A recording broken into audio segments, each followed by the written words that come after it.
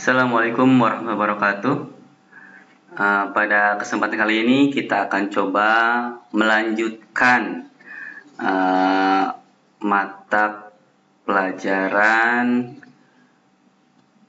praktikum akuntansi perusahaan jasa dagang dan manufaktur, dan kali ini perusahaan jasa. Pada pertemuan sebelumnya kita sudah membahas tentang worksheet dan kita lanjutkan dengan laporan keuangan. Baik, kita lanjut saja. Yang pertama, kita membuat laporan keuangan yaitu laba rugi, laporan laba rugi atau profit and loss statement pada Premier Laundry, lanjutan yang kemarin yang di worksheet ya. Seperti yang sudah dijelaskan pada worksheet, bahwa di ikhtisar laba rugi kita lihat di sini ada memuat penghasilan dan beban-beban. Maka di laporan keuangan laba rugi juga hanya membahas atau hanya memuat tentang pendapatan dan beban-beban. Yang pertama kita masukkan adalah pendapatan jasa atau penghasilan jasa. Ini nominalnya semua dari worksheet. Jadi kita hanya memindahkan dari worksheet kolom ikhtisar laba rugi. Tinggal dipindahkan ke laporan laba rugi. Yang pertama pendapatan, ini penghasilan jasa. Karena menggunakan Excel biasanya kalau saya langsung menggunakan sama dengan, jadi sama dengan ke worksheet ke penghasilan jasa. Nah ini ya, yes.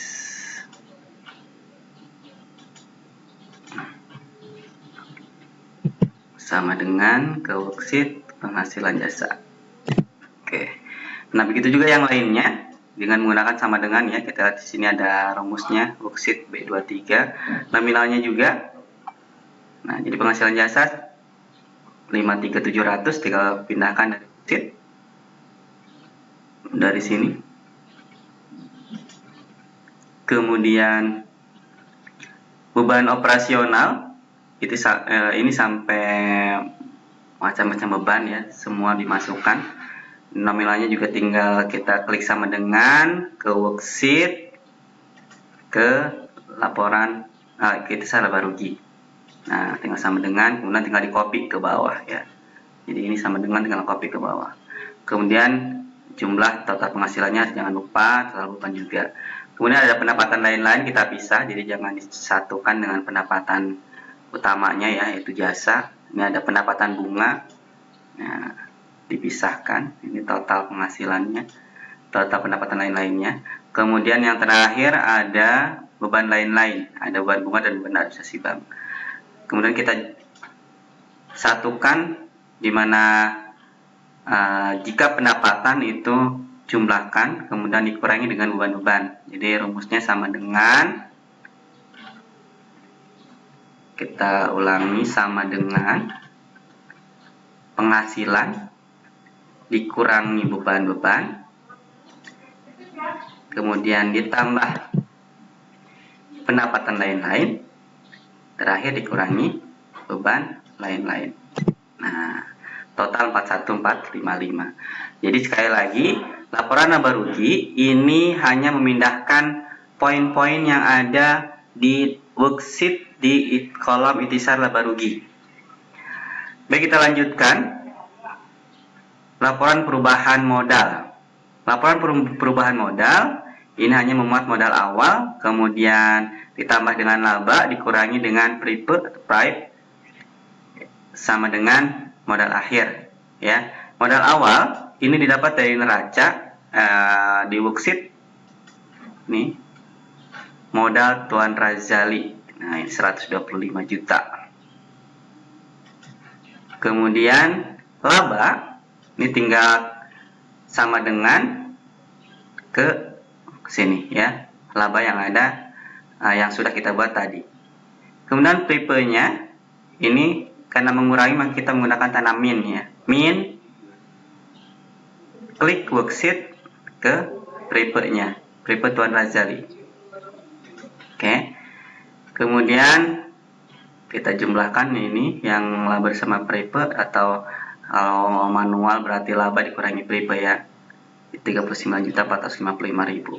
Kemudian modal akhir Modal awal ditambah dengan laba bersihnya setelah dikurangi peripe ya. Di 164.